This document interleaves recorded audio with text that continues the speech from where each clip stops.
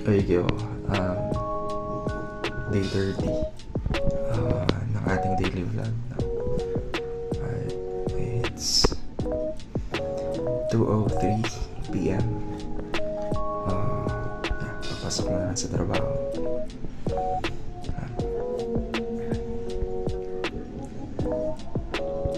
So again, daily reminder na huwag sumuko araw-araw.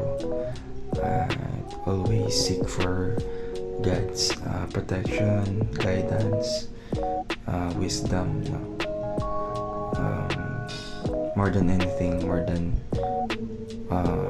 money or wealth. Talagang importante talaga yung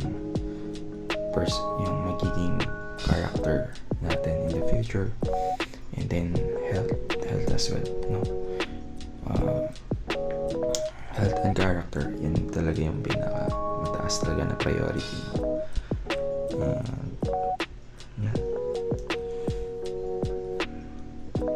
Message for teenagers, as much as bata pa kayo, talagang kailangan mahon na yung ma-develop na yung mentality nyo, business mindset, ganun, tsaka pagiging disiplinado, and keep up the good work, never give up. Yan lang naman lagi. And enjoy life, we'll never know kung kaya tayo katagal sa mundo, diba? So kailangan always find ways talaga na to appreciate and enjoy life, So that's it.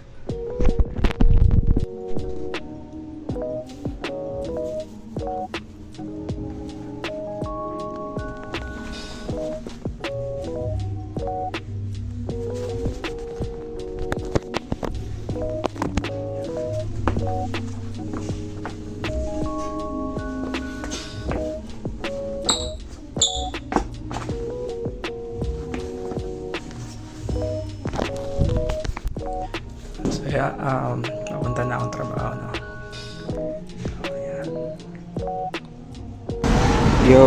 Day 30, papasok na ang trabaho.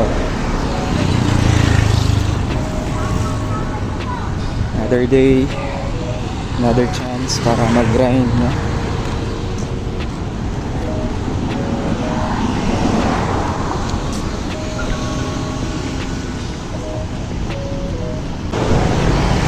Guys, napansin na akong buntis na may bit-bit na mabigat na box.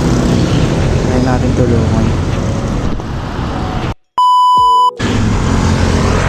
So yun guys, mission accomplished tayo dun, Hindi ko lang na-videoan, pero ayun, natulungan natin yung buntis sa buhat ng gamit niya. Kawawa kasi.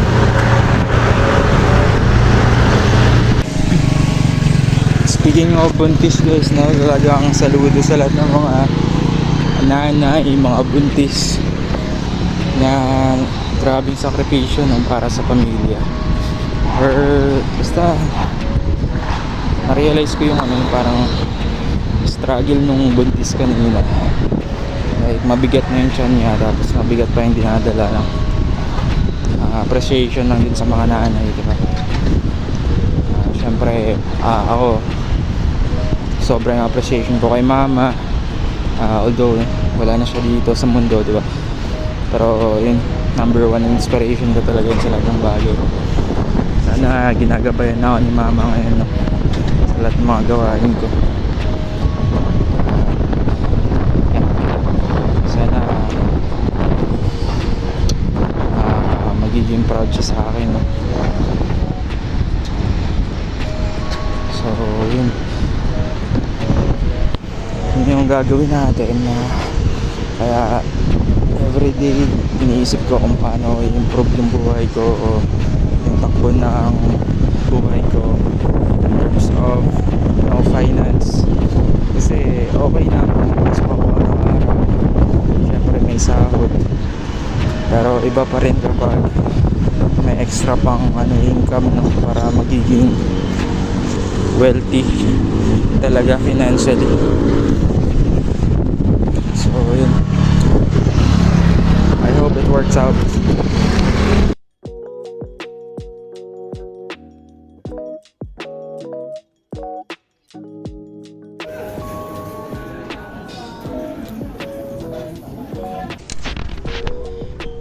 Yo guys, out ko na end of shift. Pahinga na.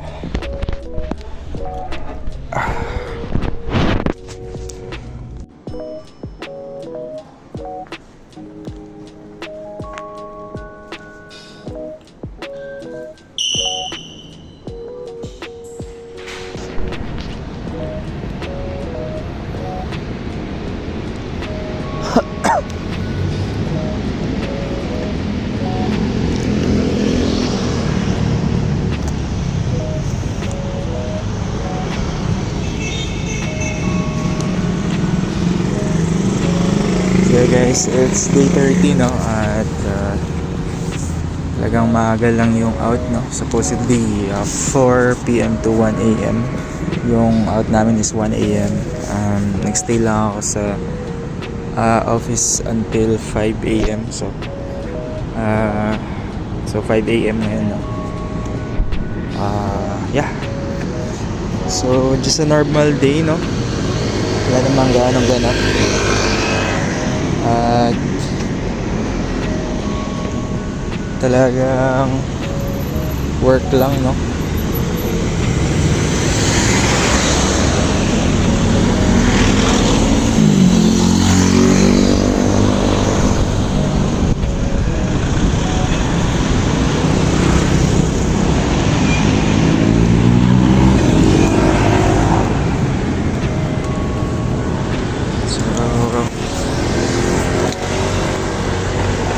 Just reminding myself to be grateful no, all the time, every day. Just be grateful, even though we're hoping for something every day no. We keep on hoping of the future no. Hindi naman kasi kailangan ganun tayo palagi na laging future yung iniisip no. Kailangan maging grateful talaga ngayon.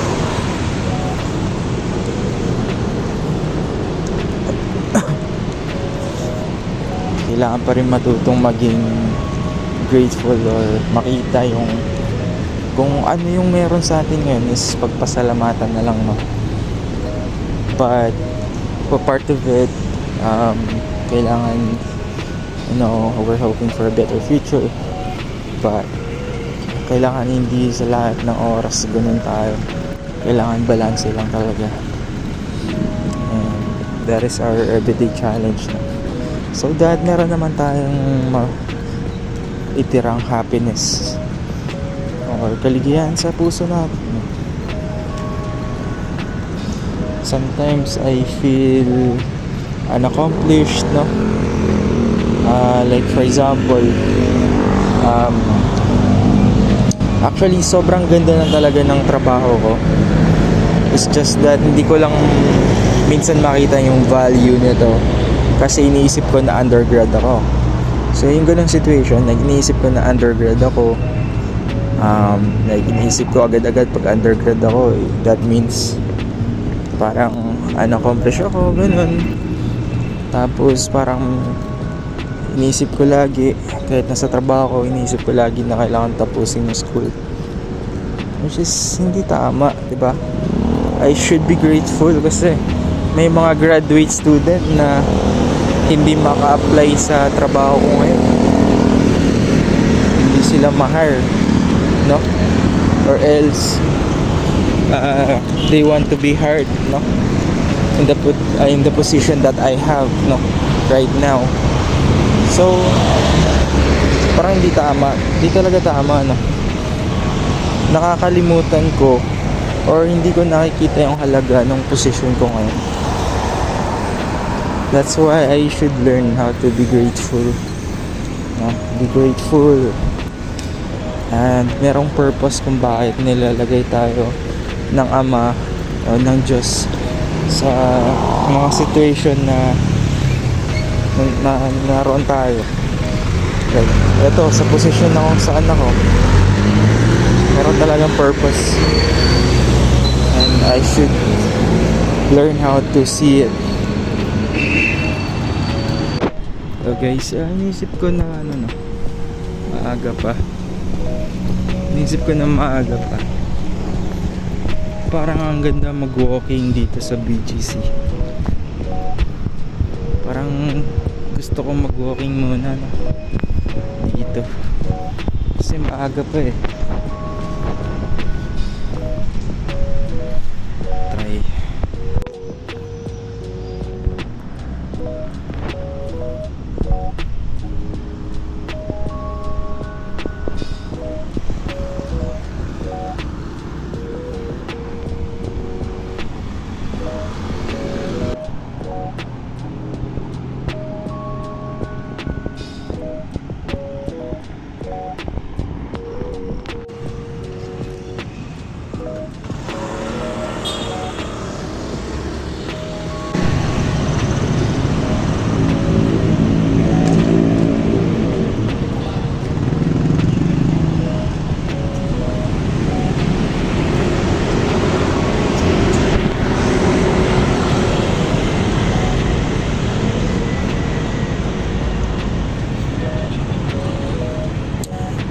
Talking about teaching ourselves to be grateful. Yun nga, sinabi ko na to dati na pinangarap ko dati na magtrabaho dito sa BGC, no? Like kahit anong trabaho, no? Kahit hindi architecture yung trabaho, no? Kailangan pinangarap ko lang magtrabaho dito sa BGC. And now, ginrant ni Lord yun. Binigay ni Lord yun. Dinig talaga ng Diyos. I work as an agent dito sa BGC, no? And I'm very grateful kasi this is a beautiful place to work talaga. Iba yung iba talaga yung ambience. Ito balance of corporate scenery, and also beautiful parks and sidewalks. Yan. Kaya na-appreciate ko talaga.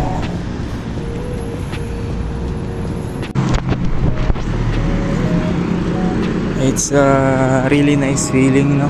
Na maglakad dito ng ganitong oras, madaling araw. Kasi ramdam mo naman na safe yung lugar.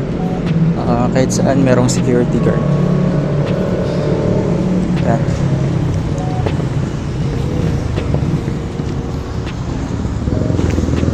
Maganda mag-picture dito.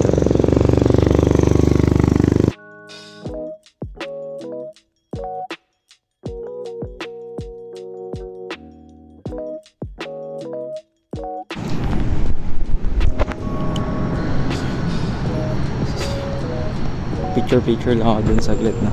Ang ganda kasi yung street dun. So yun nga, balik tayo sa usapang pagiging grateful. Kasi kapag nakalimutan nating maging grateful, parang di natin na-appreciate yung mga blessing na ibigay na sa atin, no? And magiging problema yun kasi di natin na kikita yung value nung binigay sa atin. In the end, wala tayong satisfaction. Kumbaga, nabigay na pala sa atin tapos di natin nakikita. So then maganda din yun para talagang maging masaya tayo.